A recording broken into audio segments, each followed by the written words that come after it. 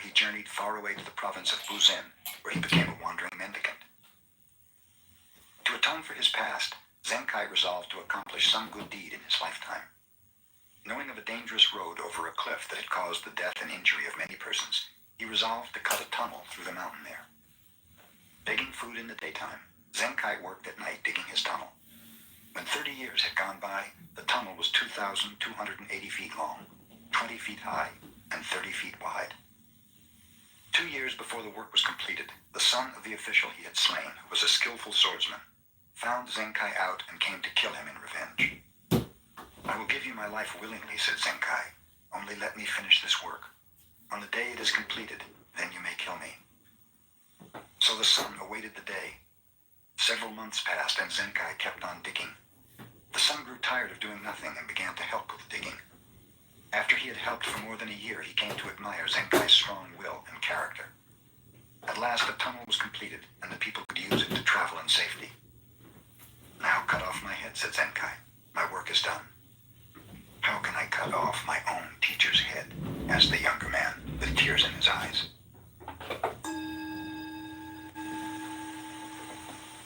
A great Japanese warrior named Nobunaga decided to attack the enemy, although he had only 1/10 the number of men the opposition commanded.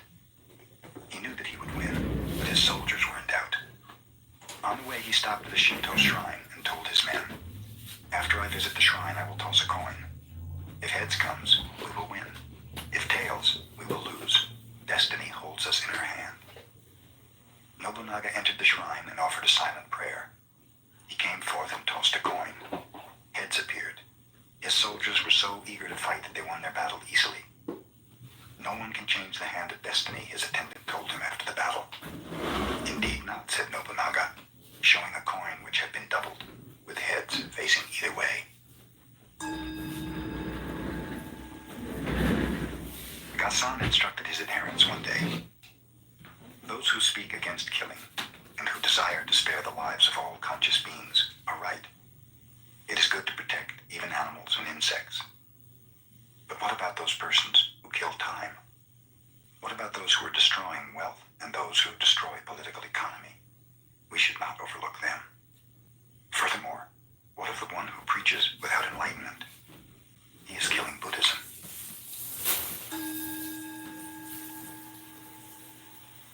A young wife fell sick and was about to die. "I love you so much," she told her husband. "I do not want to leave you. Do not go from me to any other woman. If you do, I will return as a ghost and cause you endless trouble." Soon the wife passed away.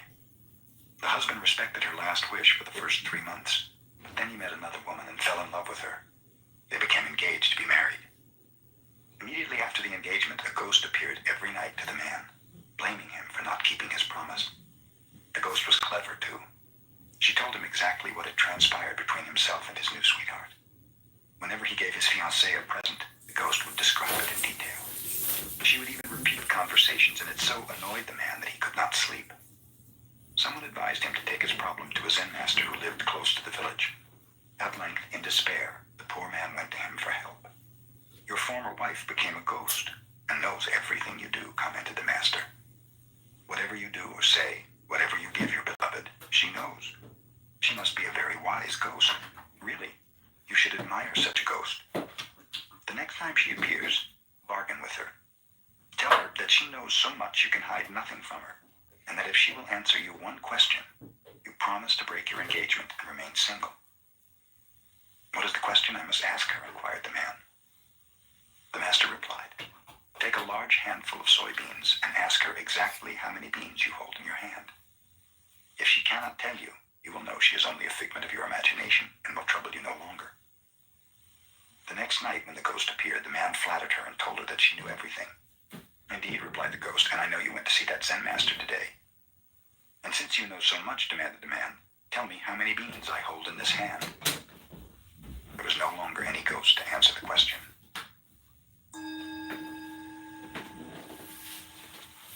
Yamaoka Teshu was a tutor of the emperor. He was also a master of fencing and a profound student of Zen. His home was the abode of vagabonds. He had but one suit of clothes, for they kept him always poor. The emperor, observing observing how worn his garments were, gave Yamaoka some money to buy new ones. The next time Yamaoka appeared, he wore the same old outfit. "What became of the new clothes?" Yamaoka asked the emperor. "I provided clothes for the children of your majesty," explained Yamaoka.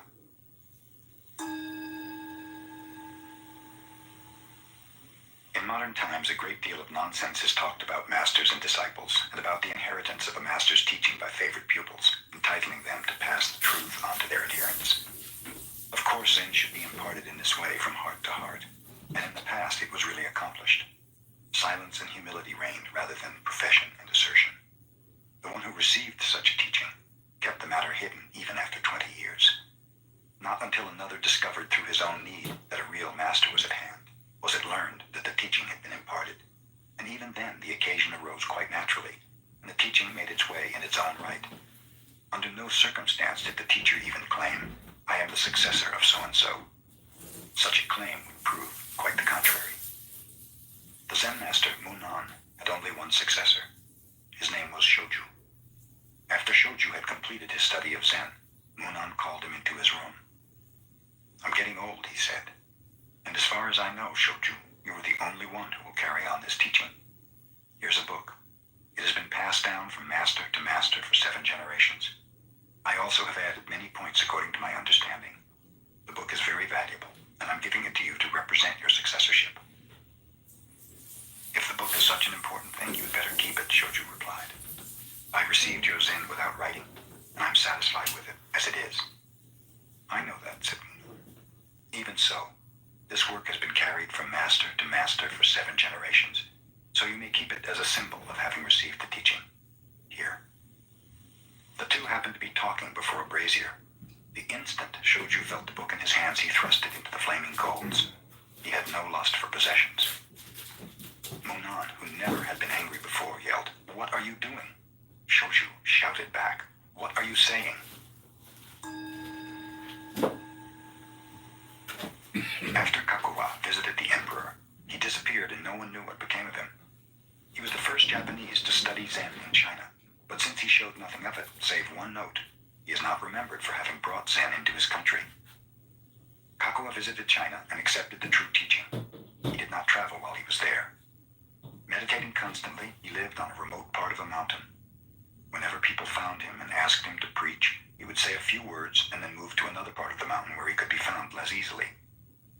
The emperor heard about Kakuwa when he returned to Japan, and asked him to preach Zen for his edification and that of his subjects. Kakuwa stood before the emperor in silence. He then produced a flute from the folds of his robe and blew one short note. Bowing politely, he disappeared.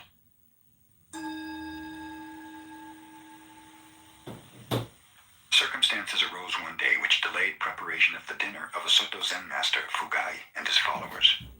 In haste, the cook went to the garden with his curved knife and cut off the tops of green vegetables, chopped them together, and made soup, unaware that in his haste he had included part of a snake in the vegetables. The followers of Fugai thought they never had tasted such a good soup. But when the master himself found the snake's head in his bowl, he summoned the cook. "What is this?" he demanded, holding up the head of the snake. "Oh, thank you, master," replied the cook, taking the morsel and eating it quickly.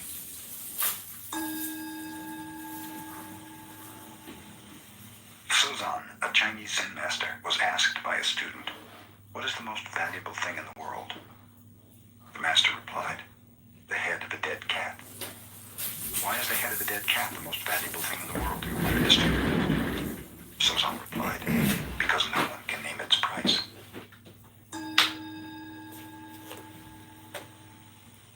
The pupils of the Tendai school used to study meditation before Zen entered Japan.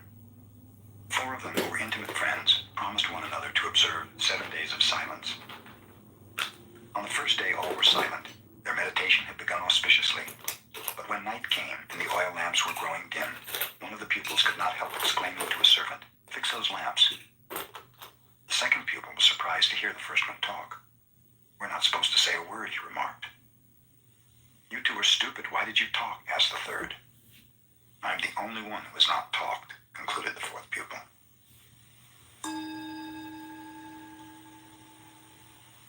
The Zen pupils take a vow that even if they are killed by their teacher, they intend to learn Zen. Usually they cut a finger and seal their resolution with blood. In time, the vow has become a mere formality, and for this reason, the pupil who died by the hand of Aikido was made to appear a martyr. Aikido had become a severe teacher.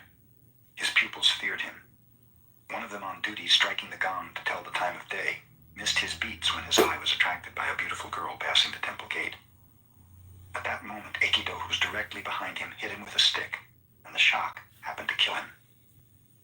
The pupil's guardian, hearing of the accident, went directly to Aikido.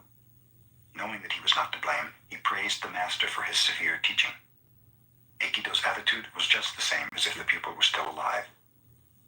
After this took place, he was able to produce under his guidance more than 10 enlightened successors, a very unusual number.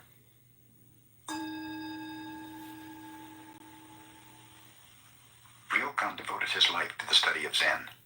One day he heard that his nephew, despite the admonitions of relatives, was spending his money on a courtesan. Inasmuch as the nephew had taken Ryokan's place in managing the family estate and the property was in danger of being dissipated, the relatives asked Ryokan to do something about it. Ryokan had to travel a long way to visit his nephew, whom he had not seen for many years. The nephew seemed pleased to meet his uncle again and invited him to remain overnight. All night, Ryokan sat in meditation. As he was departing in the morning, he said to the young man, "I must be getting old. My hand shakes, so will you help me tie the string of my straw sandal?" The nephew helped him willingly. "Thank you," finished Ryokan. "You see, a man becomes older and feebler day by day. Take good care of yourself." Then Ryokan left, never mentioning a word about the courtesan or the complaints of the relatives. But from that morning on, the dissipations of the nephew ended.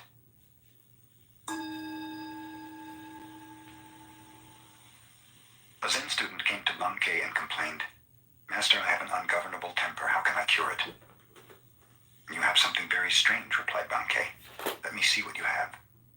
"Just now I cannot show it to you," replied the other. "When can you show it to me?" asked Bankei. "It arises unexpectedly," replied the student. Then concluded Bankei, "It must not be your own true nature. If it were, you could show it to me at any time. When you were born, you did not have it, and your parents did not give it to you. Think that over."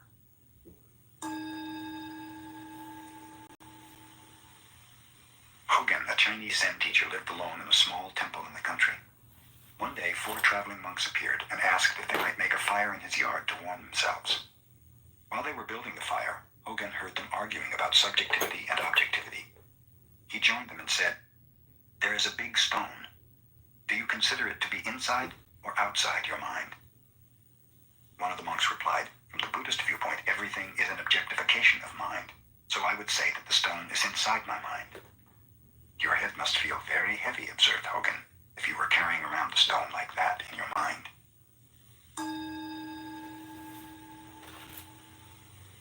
A rich man asked Sengai to write something for the continued prosperity of his family so that it might be treasured from generation to generation.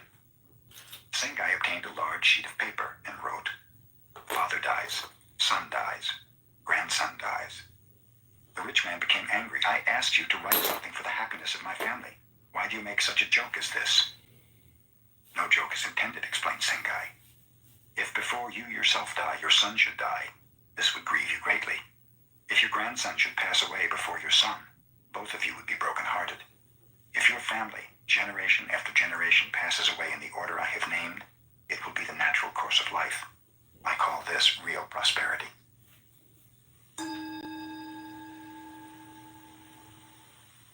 A woman of Nagasaki named Kame was one of the few makers of incense burners in Japan. Such a burner is a work of art to be used only in a tea room or before a family shrine. Kame, whose father before her had been such an artist, was fond of drinking. She also smoked and associated with men most of the time. Whenever she made a little money, she gave a feast inviting artists, poets, carpenters, workers, men of many vocations and avocations. In their association, she evolved her designs. Kame was exceedingly slow in creating, but when her work was finished, it was always a masterpiece. Her burners were treasured in homes whose womenfolk never drank, smoked, or associated freely with men. The mayor of Nagasaki once requested Kame to design an incense burner for him. She delayed doing so until almost half a year had passed. At that time, the mayor, who had been promoted to office in a distant city, visited her. He urged Kame to begin work on his burner. At last, receiving the inspiration, Kame made the incense burner. After it was completed, she placed it upon a table. She looked at it long and carefully. She smoked and drank before it as if it were her own company. All day she observed it. At last, picking up a hammer, Kame smashed it to bits.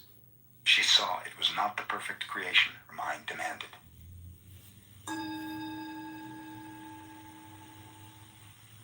When Bankei was preaching at Ryomon Temple, a Shinshu priest who believed in salvation through the repetition of the name of the Buddha of Love was jealous of his large audience and wanted to debate with him.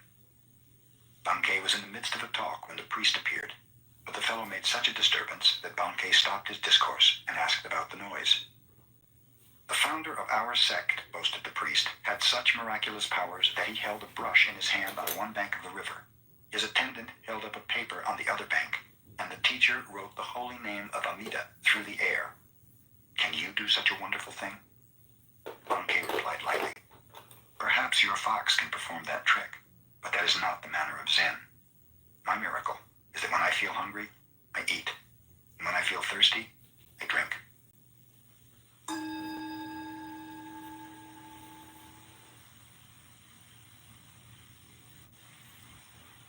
Yamaoka Teshu, as a young student of Zen, visited one master after another. He called upon Dokuon of Shokoku. Desiring to show his attainment, he said, the mind, Buddha, and sentient beings, after all, do not exist. The true nature of phenomena is emptiness. There is no realization, no delusion, no sage, no mediocrity. There is no giving and nothing to be received. Dokuon, who was smoking quietly, said nothing. Suddenly he whacked Yamaoka with his bamboo pipe. This made the youth quite angry. If nothing exists, inquired Dokuon, where did this anger come from?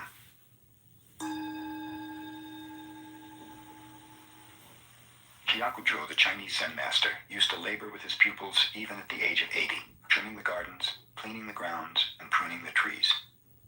The pupils felt sorry to see the old teacher working so hard, but they knew he would not listen to their advice to stop, so they hid away his tools.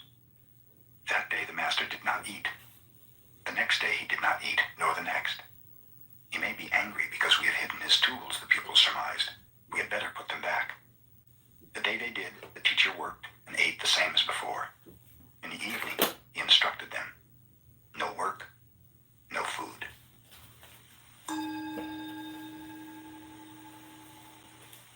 EQ, the Zen master, was very clever even as a boy. His teacher had a precious teacup, a rare antique. EQ happened to break this cup and was greatly perplexed. Hearing the footsteps of his teacher, he held the pieces of the cup behind him.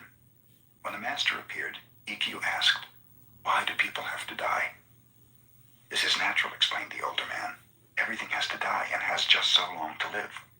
EQ, producing the shattered cup, added, it was time for your cup to die.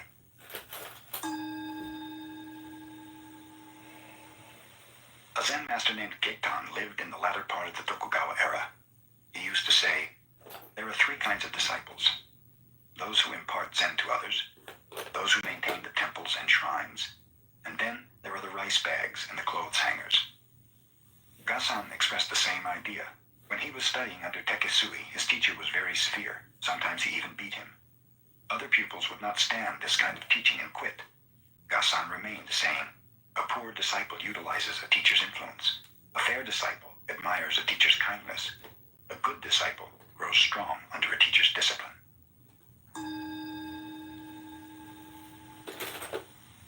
Zen teachers train their young pupils to express themselves. Two Zen temples each had a child protege. One child going to obtain vegetables each morning would meet the other on the way. Where are you going? Asked the one. I'm going wherever my feet go, the other responded. This reply puzzled the first child, who went to his teacher for help. Tomorrow morning, the teacher told him, when you meet that little fellow, ask him the same question. He'll give you the same answer, and then you ask him, suppose you have no feet, then where are you going? I'll fix him. The children met again the following morning. Where are you going? Asked the first child. I'm going wherever the wind blows, answered the other. This again nonplussed the youngster, who took his defeat to his teacher. Ask him where he's going if there's no wind, suggested the teacher. The next day the children met a third time. Where are you going? Asked the first child. I'm going to market to buy vegetables, the other replied.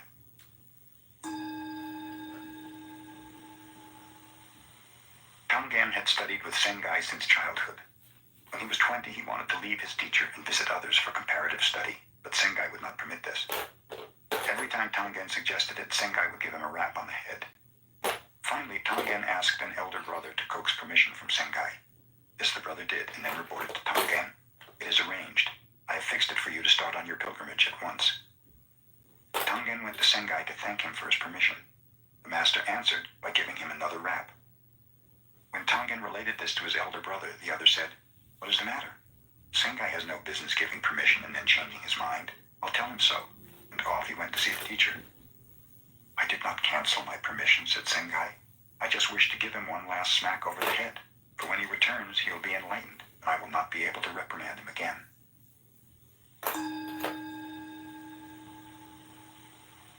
Matajuro Yagyo was the son of a famous swordsman.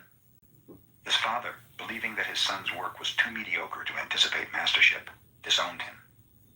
So Matajuro went to Mount Futara, and there found the famous swordsman Banzo. But Banzo confirmed the father's judgment. "You wish to learn swordsmanship under my guidance?" asked Banzo. "You cannot fulfill the requirements." "But if I work hard, how many years will it take me to become a master?" persisted the youth.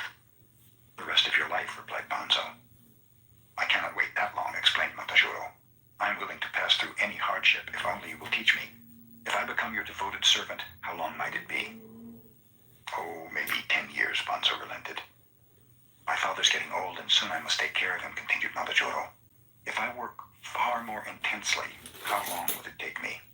"Oh, maybe 30 years, said Banzo. "Why is that?" asked Matajuro. "First you say 10, and now 30 years. I will undergo any hardship to master this art in the shortest time." "Well," said Banzo, "in that case, you'll have to remain with me for 70 years. A man in such a hurry as you are to get results seldom learns quickly." "Very well," declared the youth, understanding at last that he was being rebuked for impatience. "I agree." Matajuro was told never to speak of fencing and never to touch a sword. He cooked for his master, washed the dishes, made his bed, cleaned the yard, cared for the garden, all without a word of swordsmanship. 3 years passed. Still Matajuro labored on. Thinking of his future, he was sad. He had not even begun to learn the art to which he had devoted his life.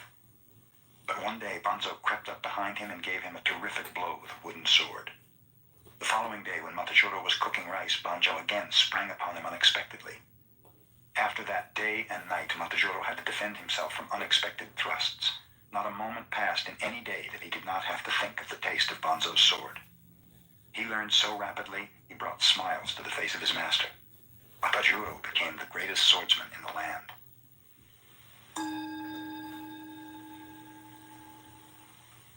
Encho was a famous storyteller.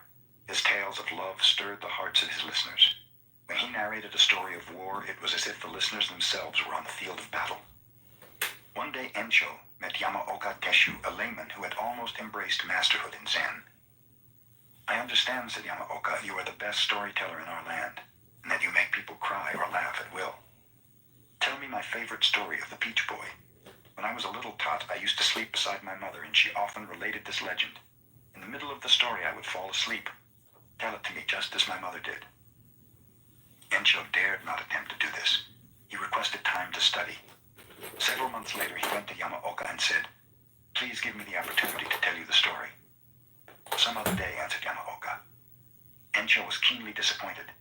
He studied further and tried again. Yamaoka rejected him many times. When Encho would start to talk, Yamaoka would stop him, saying, "You're not yet like my mother." It took Encho 5 years to be able to tell Yamaoka the legend as his mother had told it to him. In this way, Yamaoka imparted Zen to Encho.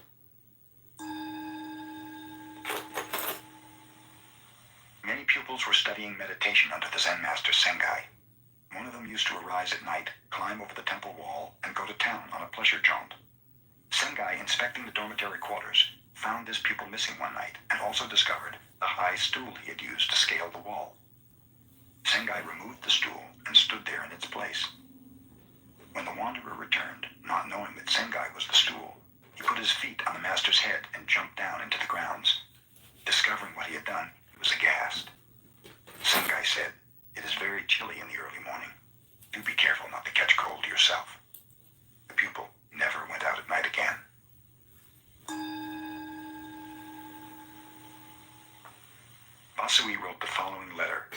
disciples who was about to die. The essence of your mind is not born, so it will never die. It is not an existence which is perishable. It is not an emptiness which is a mere void. It has neither color nor form. It enjoys no pleasures and suffers no pain. I know you are very ill. Like a good Zen student, you are facing that sickness squarely. You may not know exactly who is suffering, but question yourself. What is the essence of this mind? Think only of this. You will need no more. Covet nothing. Your end, which is endless, is as a snowflake dissolving in the pure air.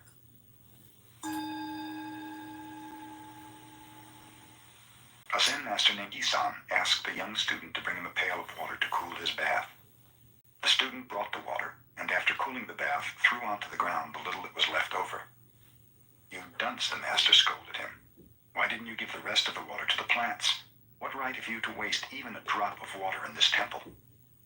The young student attained Zen in that instant. He changed his name to Tekisui, which means a drop of water.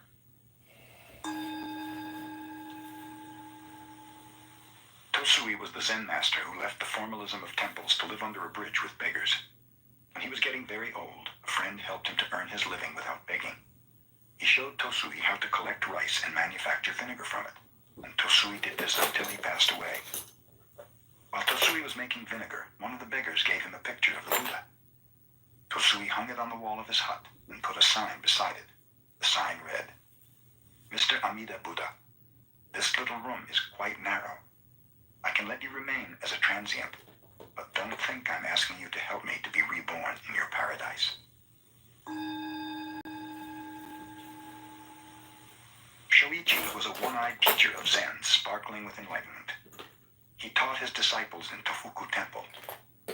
Day and night, the whole temple stood in silence. There was no sound at all. Even the reciting of sutras was abolished by the teacher. His pupils had nothing to do but meditate. When the master passed away, an old neighbor heard the ringing of bells and the recitation of sutras. Then she knew Shoichi had gone.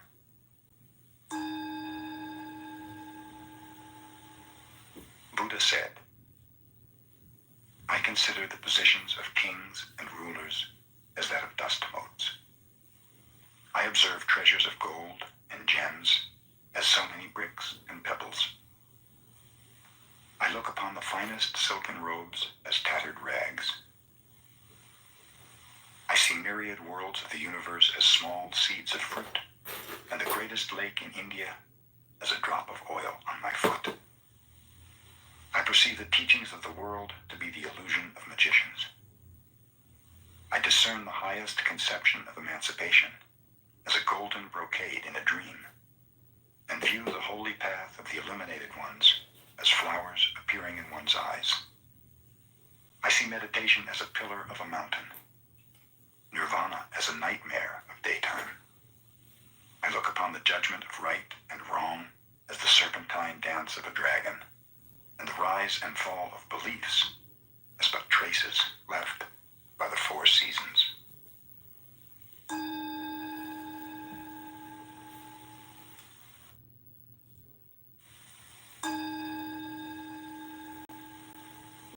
Nan-in, a Japanese master during the Meiji era, received a university professor who came to inquire about Zen. Nan-in served tea. He poured his visitor's cup full, then kept on pouring. The professor watched the overflow until he no longer could restrain himself. "It is overfull, no more will go in." "Like this cup," Nan-in said. "You are full of your own opinions and speculations. How can I show you Zen unless you first empty your cup?" Gudo was the emperor's teacher of his time. Nevertheless, he used to travel alone as a wandering mendicant. Once when he was on his way to Edo, the cultural and political center of the shogunate, he approached a little village named Takenaka. It was evening and a heavy rain was falling. Gudo was thoroughly wet. His straw sandals were in pieces. At a farmhouse near the village, he noticed 4 or 5 pairs of sandals in the window and decided to buy some dry ones. The woman who offered him the sandals, seeing how wet he was, invited him to remain for the night in her home. Gudo accepted, thanking her. He entered and recited the sutra before the family shrine. He then was introduced to the woman's mother and to her children. Observing that the entire family was depressed, Kudo asked what was wrong. My husband is a gambler and a drunkard, the housewife told him. When he happens to win, he drinks and becomes abusive. When he loses, he borrows money from others. Sometimes when he becomes thoroughly drunk, he does not come home at all. What can I do? I will help him, said Kudo. Here is some money. Get me a gallon of fine wine and something good to eat. Then you may retire. I will meditate before the shrine. When the man of the house returned about midnight, quite drunk, he bellowed, Hey wife, I'm home. Have you something for me to eat? I have something for you, said Kudo. I happened to be caught in the rain, and your wife kindly asked me to remain here for the night. In return, I have bought some wine and fish, so you might as well have them. The man was delighted. He drank the wine at once and laid himself down on the floor. Kudo sat in meditation beside him. In the morning, when the husband awoke, he had forgotten about the previous night. Who are you? Where do you come from? He asked Kudo, who still was meditating. I am Kudo of Kyoto, and I am going on to Edo, replied the Zen master. The man was utterly ashamed. He apologized profusely to the teacher of his emperor. Kudo smiled. Everything in this life is impermanent, he explained. Life is very brief. If you keep on gambling and drinking, you will have no time left to accomplish anything else, and you'll cause your family to suffer too. The perception of the husband awoke as if from a dream. You are right, he declared. How can I ever repay you for this wonderful teaching? Let me see you off and carry your things a little way. If you wish, assented Kudo. The two started out. After they had gone 3 miles, Kudo told him to return. Just another 5 miles, he begged Kudo. They continue on. You may return now, suggested Kudo. Another 10 miles, the man replied. Return now, said Kudo when the 10 miles had been passed. I'm going to follow you all the rest of my life, declared the man. Modern Zen teachers in Japan spring from the lineage of a famous master who was the successor of Kudo. His name was Munan, the man who never turned back. The Zen master Hakuin was praised by his neighbors as one living a pure life. A beautiful Japanese girl whose parents owned a food store lived near him. Suddenly, without any warning, her parents discovered she was with child. This made her parents angry. She would not confess who the man was, but after much harassment, at last named Hakuin. In great anger, the parents went to the master. Is that so? Was all he would say. After the child was born, it was brought to Hakuin. By this time, he had lost his reputation, which did not trouble him. But he took very good care of the child. He obtained milk from his neighbors and everything else the little one needed. A year later, the girl mother could stand it no longer. She told her parents the truth, that the real father of the child was a young man who worked in the fish market. The mother and father of the girl at once went to Hakuin to ask his forgiveness, to apologize at length, and to get the child back again. Hakuin was willing. In yielding the child, all he said was, Is that so?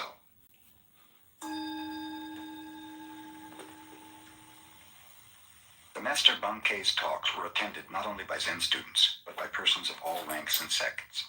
He never quoted sutras, nor indulged in scholastic dissertations.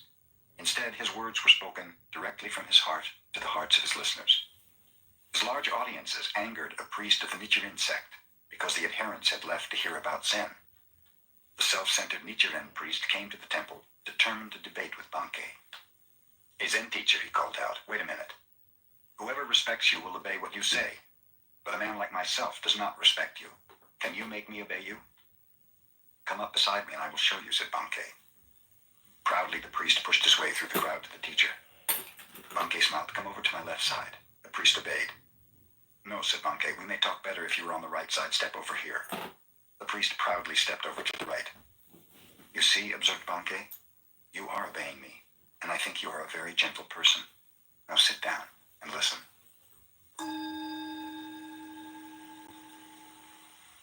20 monks and 1 nun who was named Ishun were practicing meditation with a certain Zen master. Ishun was very pretty, even though her head was shaved and her dress plain. Several monks secretly fell in love with her.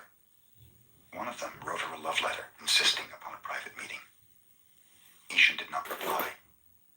The following day, the master gave a lecture to the group, and when it was over, Ishun arose.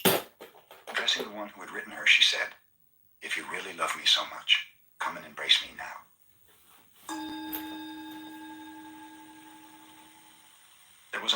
in China who had supported a monk for over 20 years. She had built a little hut for him and fed him while he was meditating. Finally, she wondered just what progress he had made in all this time. To find out, she obtained the help of a girl rich in desire. Go and embrace him, she told her, and then ask him suddenly, what now? The girl called upon the monk, and without much ado caressed him, asking him what he was going to do about it. An old tree grows on a cold rock in winter, replied the monk somewhat poetically. Nowhere is there any warmth. The girl returned and related what he had said. To think I fed that fellow for 20 years, exclaimed the old woman in anger. He showed no consideration for your need, no disposition to explain your condition. He need not have responded to passion, but at least he should have evidenced some compassion. She at once went to the hut of the monk and burned it down.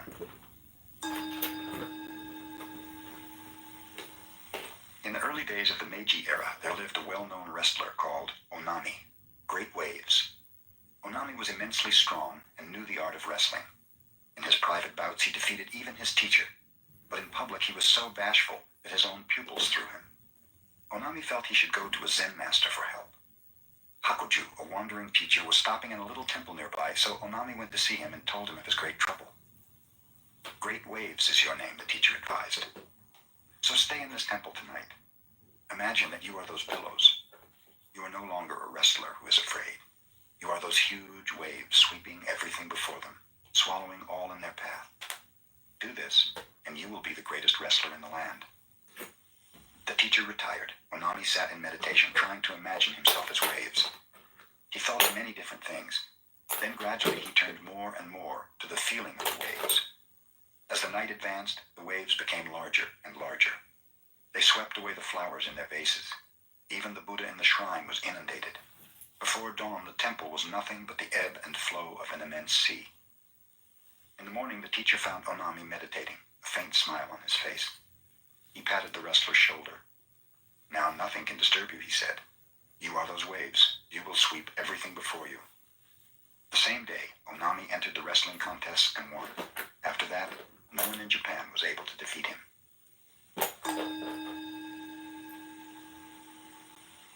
Ryokan, a Zen master, lived the simplest kind of life in a little hut at the foot of a mountain. One evening, a thief visited the hut, only to discover there was nothing in it to steal. Ryokan returned and caught him. You may have come a long way to visit me, he told the prowler, and you should not return empty-handed. Please, take my clothes as a gift. The thief was bewildered. He took the clothes and slunk away. Ryokan sat naked, watching the moon. Poor fellow, he mused. I wish I could give him this beautiful moon.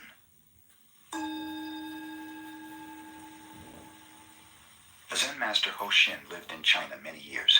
Then he returned to the northeastern part of Japan, where he taught his disciples. When he was getting very old, he told them a story he had heard in China. This is the story.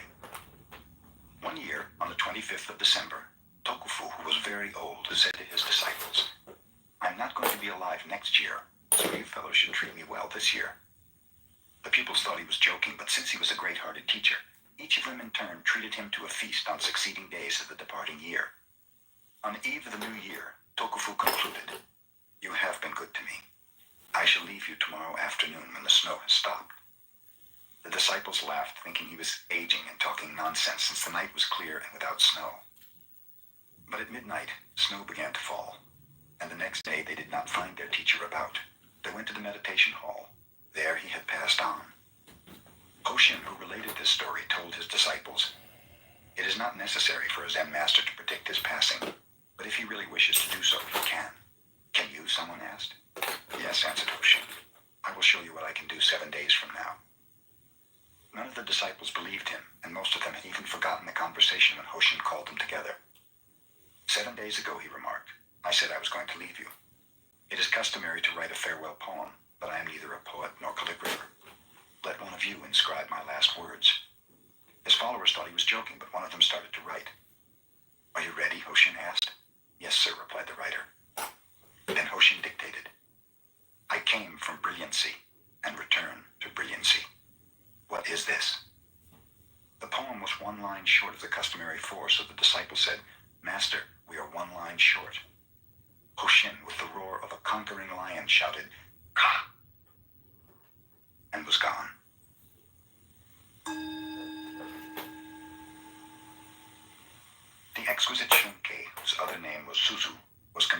marry against her wishes when she was quite young. Later, after this marriage had ended, she attended the university where she studied philosophy. To see Shunke was to fall in love with her. Moreover, wherever she went, she herself fell in love with others. Love was with her at the university, and afterwards, when philosophy did not satisfy her and she visited a temple to learn about Zen, the Zen students fell in love with her. Shunke's whole life was saturated with love. At last in Kyoto, she became a real student of Zen. Her brothers in the sub-temple of Kenin praised her sincerity. One of them proved to be a congenial spirit and assisted her in the mastery of Zen. The abbot of Kenin, Mokurai, Silent Thunder, was severe. He kept the precepts himself and expected his priests to do so. In modern Japan, whatever zeal these priests have lost for Buddhism, they seem to have gained for taking wives. Mokurai used to take a broom and chase the women away when he found them in any of his temples, but the more wives he swept out, the more seemed to come back. In this particular temple, the wife of the head priest became jealous of Shunke's earnestness and beauty. Hearing the students praise her serious Zen made this wife squirm and itch. Finally, she spread a rumor about Shunke and the young man who was her friend. As a consequence, he was expelled, and Shunke was removed from the temple. I may have made the mistake of love, thought Shunke, but the priest's wife shall not remain in the temple either if my friend is to be treated so unjustly. Shunke the same night with a can of kerosene set fire to the 500-year-old temple and burned it to the ground. In the morning she found herself in the hands of the police. A young lawyer became interested in her and endeavored to make her sentence lighter. "Do not help me," she told him. "I might decide to do something else which would only imprison me again." At last a sentence of 7 years was completed, and Shunke was released from the prison, where the 60-year-old warden also had become enamored of her. But now everyone looked upon her as a jailbird. No one would associate with her. Even the Zen people who were supposed to believe in enlightenment in this life and with this body shunned her. Zen, Shunke found, was one thing, and the followers of Zen quite another. Her relatives would have nothing to do with her. She grew sick, poor, and weak. She met a Shinzu priest who taught her the name of the Buddha of love, and in this Shunke found some solace and peace of mind. She passed away when she was still exquisitely beautiful and hardly 30 years old. She wrote her own story in a futile endeavor to support herself, and some of it she told to a woman writer, so it reached the Japanese people. Those who rejected Shunke, those who slandered and hated her, now read of her life with tears of remorse. In Tokyo in the Meiji era, there lived 2 prominent teachers of opposite characteristics. One, Unsho, an instructor in Shingon, kept Buddha's precepts scrupulously. He never drank intoxicants, nor did he eat after 11 o'clock in the morning. The other teacher, Tanzan, a professor of philosophy at the Imperial University, never observed the precepts. When he felt like eating, he ate, and when he felt like sleeping in the daytime, he slept. One day Unsho visited Tanzan, who was drinking wine at the time, not even a drop of which is supposed to touch the tongue of a Buddhist. "Hello, brother," Tanzan greeted him. "Won't you have a drink?" "I never drink," exclaimed Unsho solemnly. "For one who does not drink is not even human," said Tanzan. "Do you mean to call me inhuman just because I do not indulge in intoxicating liquids?" exclaimed Unsho in anger. "Then if I am not human, what am I?" "A Buddha," answered Tanzan.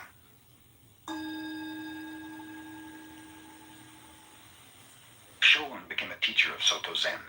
When he was still a student, his father passed away, leaving him to care for his old mother.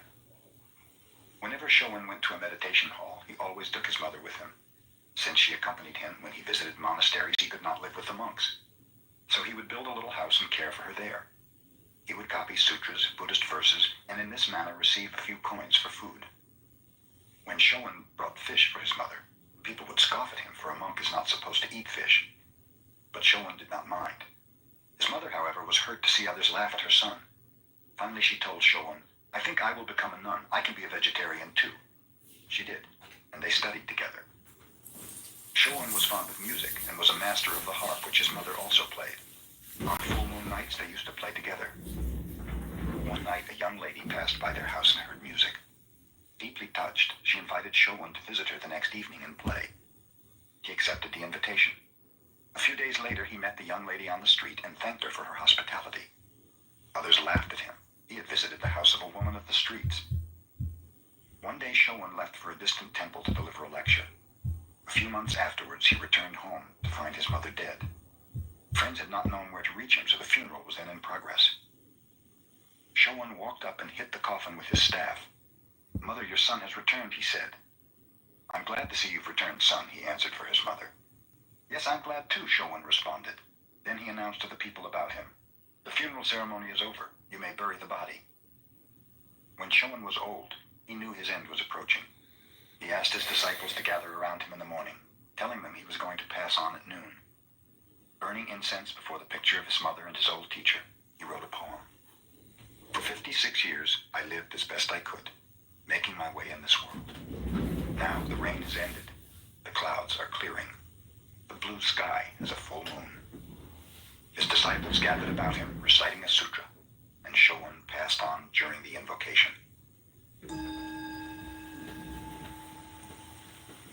A university student, while visiting Gasan, asked him, "Have you ever read the Christian Bible?" "No, read it to me," said Gasan. The student opened the Bible and read from St. Matthew. "And why take ye thought for raiment? Consider the lilies of the field, how they grow. They toil not, neither do they spin. And yet I say unto you that even Solomon in all his glory was not arrayed like one of these.